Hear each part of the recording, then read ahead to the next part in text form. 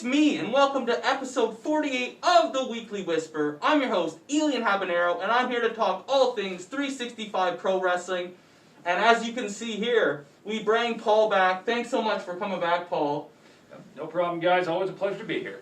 And because of that, I have to change my mind. This is not going to be the last episode. We're going to do 2 bonus episodes featuring Paul, and the last episode will be episode number 50. We'll talk about that later. But this episode, we were going to do a year in review and an award show, but because I have Paul here, and there's so much we can talk about. Ridiculous amount. Yes, we're going to do episode 48 is the year in review show. We're going to talk about this. Paul, what were you thinking when they decided PWA's no more, 365 is coming in? Last fall was a rough time for, I think, a lot of us who have been here since day one, or close enough. The originals, as we're dubbed, there's 10 of us, 8 to 10 of us. Yes. And when I got the word for probably October-ish, late September, that November's going to be the last show, I think I shed a tear and a little crack in my heart. But then we were told, like, 365's coming. We're getting a brand new take on everything. And that gave me that energy back, that nice little pit of my stomach just to get going again, and that we had an exciting new future. So it was a roller coaster last fall. There's no question there. Absolutely, it was so sentimental having it closed down, but then it's kind of like the extension of the PWA turning into 365. But there's definitely some pros and cons. Did you think it was gonna be successful right away? Changing your name and your fan base?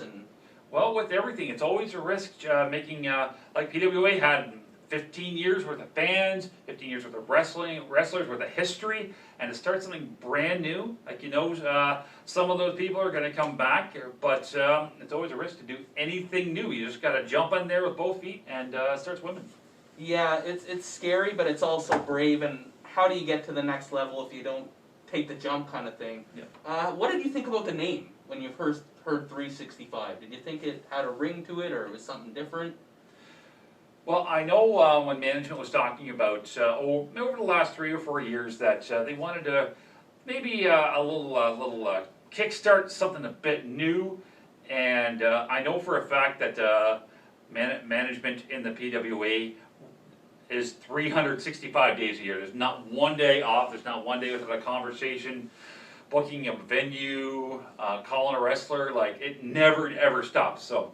Or yeah, just being the talent relations guy, dealing with all these requests, or people trying to get on the shows, or trying to get this match or that match.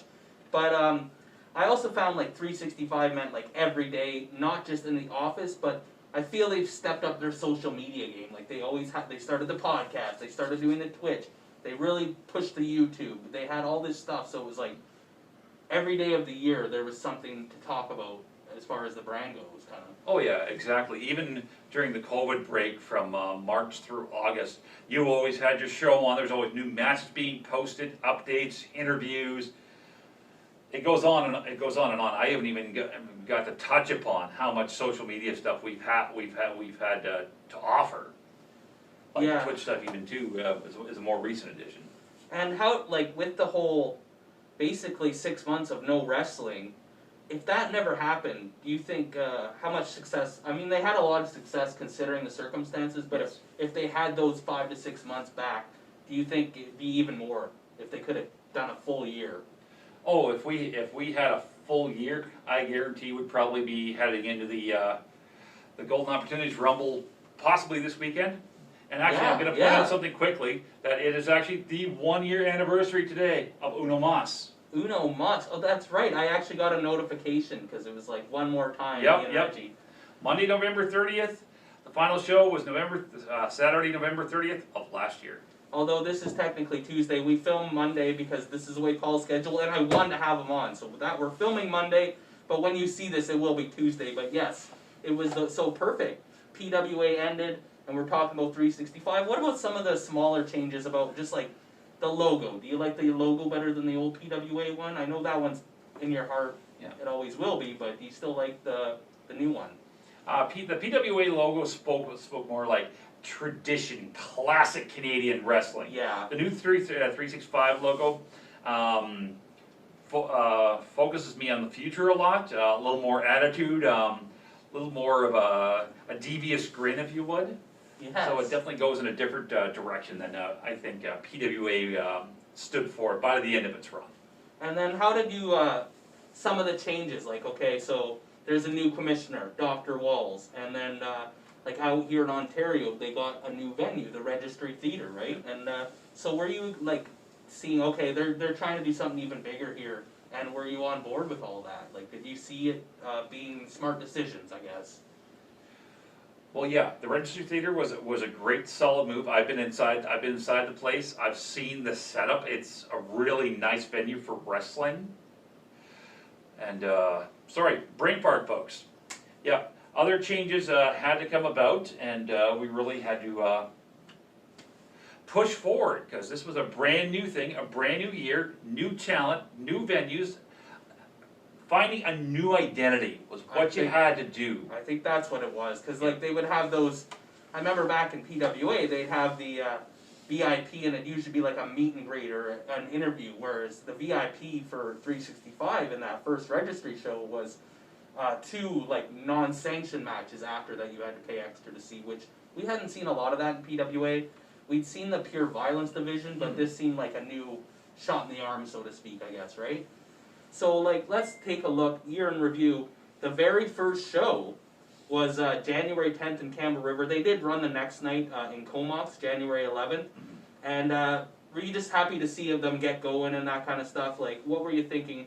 Being out here in Ontario, obviously couldn't attend the BC shows, but, like, I've seen you got some notes too, but I just want to say shout out to Haviko and Zach Andrews, and I know you're a history buff. Yep. They will always go down in history as the first ever match in the history of the 365 brand. Just take it back to back then. We just knew it was the start, and like, how promising did it seem, or like, how excited were you to see it kicking off? Like, it'd been talked about for months, but now it's happening. Yeah, I think all of us in this little family we have out here in Ontario, we were scouring our Facebook, scouring our social media for any mention of the show, results, mini videos from wrestlers, anything, just to be a part of that thing we knew that was happening that night. Yeah, as you said, Haviko and Andrews opened things up, just like myself and Jeff Black did 15 years previous. That's right. Yep. That's right. And that match just is on YouTube now. I believe thanks to you. You gave me that DVD, the first Yeah, ever please Godfrey don't show. watch that. He kills me in 20 seconds. But still, you're in the history books, and I know we're both really about the stats and the history. Obviously, you're better at it than me, but I really care about that stuff. Yeah. So as far as like, when they started introducing the championships and stuff like that, and the first champion, like I believe the tag team champions was the first ever crowned. Yeah. And it was Haviko and Eddie Osborne. And just to see that history, I know you have the title history. He's got everything right here on this phone. Yep. But what title were you most excited for when you heard about it? Because like, there's Grand Champion, Global Champion, the Women's Global Champion, and the Tag Team Champion. How do you separate those, or what ones do you think? Do you think you have to wait and see who has them and who makes them, or it's just the name is fine? Like you can go off that. Well, I like to go by how the title is represented, the wrestlers that fight for it, how the history unfolds with each separate title. Like in the old ECW days, the World Championship was the top one, then the RVD held that damn belt for 2 years, and then that was featured as the top championship. And the Global and the Grand, which were crowned different times this year, in different times, and both have been represented very strongly by their separate champions, in different ways though, which has been nice. Yes, and I see like, I think there was a #1 contender match at the last show, and I think Rhea won it, then she's going to challenge for the Global. Like, in your opinion, why would she challenge for the Global instead of the Grand? Like, what's the difference here? Do you see any difference, or? I don't see a difference at this point. Both Brett Matthews, the current Grand Champion, and Travis Williams, the current Global Champion, I think are neck and neck. I agree. Just with the how prestigious both titles have become, but again, in different ways. Yeah, like some people say the wrestler makes the belt, and some people say the belt makes the wrestler, right? Yeah. And when I do my top 5 rankings, I always like, should I put the grand champion before the global? So I just go down to like most title defenses. That's how I do it. I know your top 5 is based on wins and losses, so it doesn't matter title or not. I don't think you get extra for a title, do you? With your 3 points for the win, or? No, the champions are ranked separately. I have them at the top, and then all the wrestlers are ranked underneath. The champions have their own little category. Yes, and so then a lot of stuff happened. So they did the first 2 shows in Camp River, Comox. Yeah. Then they did the first shows out here in Kitchener and Guelph. Then they did another show in Kitchener. And did they do any more in Camel River? I don't know. I know there was 2 in BC, but 3 in Ontario. Am I correct? As of the last show was February 29th. 1 BC, 2 BC, 1 Ontario, 2 Ontario. There were 3 of each. 3 of each. Okay. Yep, three of each. So then I remember it really well because I had Joey Allen on the show talking about the next upcoming show. Yeah. And then all of a sudden, 2 weeks from that, it was like, there's no more shows. So what were you thinking then, when the world basically stopped there for a bit?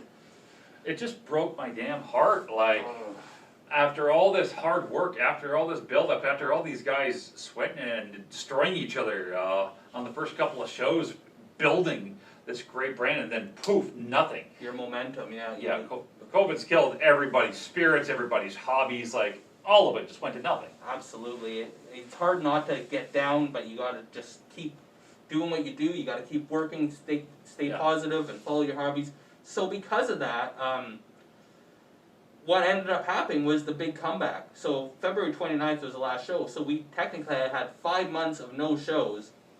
And then they announced August 1st, limited seating, social distancing in effect.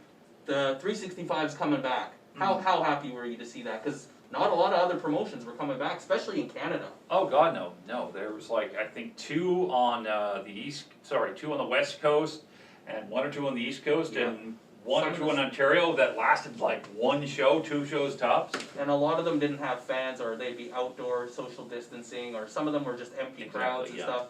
I know in the States it's a little bit different, but because of all this, like, I'm sure they were thinking of having like a couple bouts out in Ontario and a couple out in British Columbia.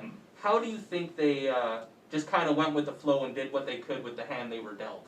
Do you like that they just said, okay, we wanted to bring these titles out, so we're still bringing them out? Yeah, exactly. I respect them because the grand and the tag had already been crowned back in the wintertime. Yes. And the first show, actually the first match of the return was Liza defeating Rhea to become the first ever global women's champion. Right, that was on the August first 1st there, match. yes. That was the first one. And then Travis won the tournament to become the global champion that night. And yeah, I like that make. I like a triple crown for the guys, and the women's title, that's usually how I like promotion to look, like 3 to 4 championships. Yes. And it looks really great right now, the setup they have. Yeah, and like I said, it wouldn't have been so many titles in one, I guess we could call it the Ontario territory, BC territory. Yes, that's fine. And, but like 2 of them, the tag team champions and the global women's, they just picked like #1 contenders, which I'm sure if they had a full year in those 5 months, they really could have done like another tournament or Yes. built up the contenders and stuff like that. But do you prefer how they did tournaments for global and grand compared to just picking the 2 #1 contenders and throwing them in there, like they did for the tag team and the women's? Well, if you're crowning a variety of new champions, it's nice to do it in different ways. Like a tournament on this side is great, but picking 2 wrestlers who are strong from one category, like the 2 ladies who were picked to go for the women's championship, and the tournament was 6 guys. 2 or 3 of those guys you didn't expect to be in that tournament because just at their level before. Yes. But they shone and they really turned out a great product. It's amazing when opportunities creating and just seeing who grabs the ball and runs with it. Exactly. And like some of those, like the women's, it was a no-brainer it'd be Liza and Rhea, right? But like, Absolutely. so, what the question I was gonna say, which I completely forgot, is do you think it lessens the titles because they like didn't get a chance to build up to this big crowning? Like they had that 5 months they would have used, but they couldn't use it. So does it lessen the title at all to you? No, not at all. Not at all. I don't think it matters how a title starts, it's how it evolves. True. I agree And all the with that. champions, like fine, a belt is a belt when it starts with, but when the fans, you walk by, let's say they're the champ and the fans are just staring at that thing with a source of fantasy, a source of awe, and the other wrestlers in the back are just patting the belt as you walk by, and that secretly just haunts their dreams that they want that so bad that they will go out there every show and punish themselves. So that's kind of how it hits you from a couple of different angles, how a title grows in prestige. What about the tournaments? Would you prefer them just to do like a tournament but have one round each show, or do you like it when it's a tournament the same night? So yes, there can be stuff that happens, but everybody still has the same even playing field. Like you have to win 2 or 3 matches to win it, so everybody has that same opportunity. But like we look at Cremator, he got attacked in the tournament and couldn't continue. If it was like he just had to win this match and then the next show was the next round. Round 2 or 3. So do you like it with the one night tournaments, or do you like when they're spread out over a couple of shows, or does it matter? No, I don't think it matters either way. Both have advantages and disadvantages, as you just made a point to. Right. One night, you're wrestling 2 to 3 times, and I think once you're headed out for that third match, you're absolutely exhausted beyond comprehension. And obviously your opponent is too, but you're not thinking in the same way as you would fresh on like show 2 in round 2, show 3 round 3. And you know your opponent, so you've scouted them. Which Exactly. both people have the same opportunity, where you're just kind of you just wrestled, you're just catching your wind, and then you're back out there. Yeah. So we're gonna make the next show, episode 49, the awards show, but we always have to have a top 5. So I decided one of the awards, the Whisper Awards we're doing here, is a Moment of the Year. So not only we're gonna do the top 5 moments of the year, we're gonna announce the number 1 moment, and we're gonna announce that award here, and then we'll do the other 5 on the award show. So, here is your top 5 365 moments of the year, and then obviously the number 1 moment will be winning of the Whisper Award. So here we go. Number 5, Clay Wilson doing both brands. Paul, how cool is that? Oh, it was absolutely amazing. Like Clay had been wrestling for the Ontario brand Yes. back in the winter time, and then he just pops up. I don't remember what show he started on. I know he'd wrestled Lenny in Guelph, and I think he was on all 3. Oh no, he was on the August 1st show, and he came back for the November show. So. Oh, yeah. for British Columbia. Yes, yeah. But yeah, I believe he was on all 3 Ontario ones. Yeah, he was on all the Ontario shows, and he came back for two BC shows in the fall. That's just dedication right there from that guy. Like willing to travel. You've done the flight. I haven't done the flight and the ferry yet, but it's like what, 15 hours or something like that all the way. The flight is about 5 hours from like Toronto to Vancouver, Yeah. and then another really quick flight. But it's still hard on the body. Any traveling is, especially under these conditions and circumstances and everything. Yeah.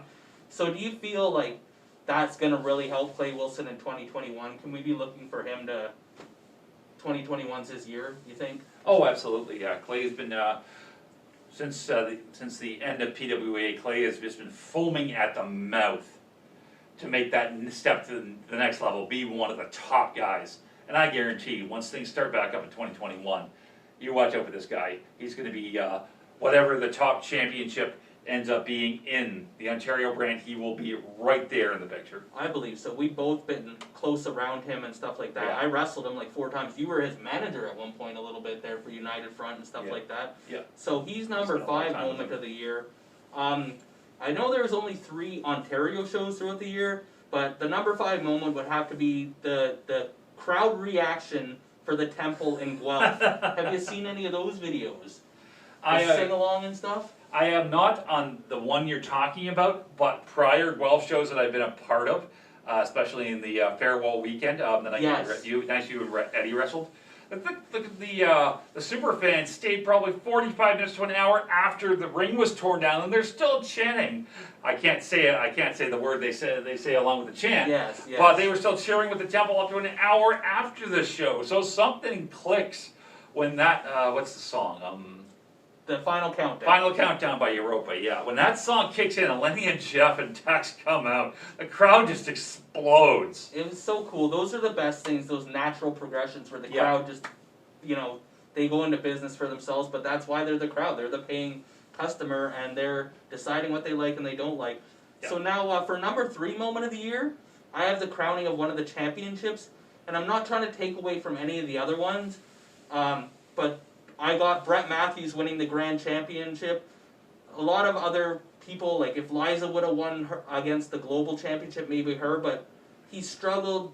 Jordy Taylor just kept doing stuff and preventing him from getting what he rightfully deserved, and how great of a moment was to finally see him get that. Oh yeah, Brett had been on Jordy's heels all year long. Yes. I don't remember if they were in the finals of the I'd have to look it up. The finals of the Grand Championship initially. Oh, I think they were in a tournament to start. Yeah, there was something, but he got like the first shot, I believe, after. Yeah, when everything came back, because they crowned the Grand Championship. No, he was against B.J. Lorado, was he not, in the thumbtacks match in the first shows? No, that was the second time. Oh, okay. Yeah, that was Jordy challenged him to wrestle him, I think. Yeah, there's so much going on. Yeah, they crowned the Grand Champion on February 22nd, and did they wrestle? Yes. Jordy beat Matthews via DQ in the tournament opener. Right. So Jordy's pulling his old tricks, and that just started it, and it evolved all year long. I even remember social media battles between the two of them, even in the time off.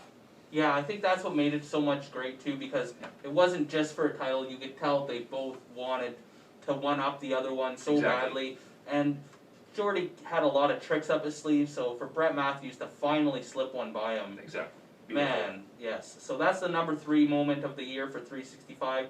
The number 2 moment, I gotta say, was the very first show.